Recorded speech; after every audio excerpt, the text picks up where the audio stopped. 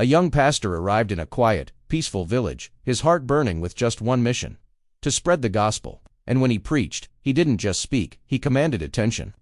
Even the village goats paused mid-chew, their ears perked up. It didn't take long before his small gathering turned into a crowd. On Sundays, his church overflowed, more packed than the local market on a Saturday morning. But the church building? It looked more like a forgotten storage shed than a house of God. One Sunday, the pastor stood tall before the crowd and declared, "My beloved brethren, the Lord has shown me a vision. A church so magnificent, it will rival the skyscrapers of Dubai. A place so divine, even angels will queue up for selfies." The congregation erupted. Cheers, dances, shouts of amen filled the air.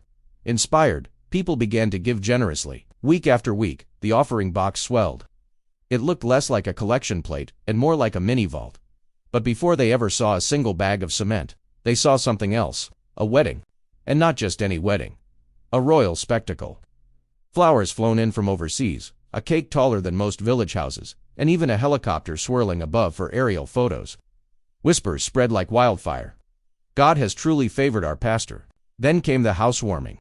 The pastor and his wife moved into a mansion: marble floors, golden doorknobs, and air conditioners, so smart they welcomed guests by name. Eventually, murmurs began. Questions rose. "Pastor, what about the church building?" The very next Sunday, the pastor's wife stood before the congregation, eyes swollen from tears. "Pastor is gravely ill," she cried. "He's in critical condition. We need urgent help for his treatment." Once again, the congregation gave, without hesitation. 5 years rolled by.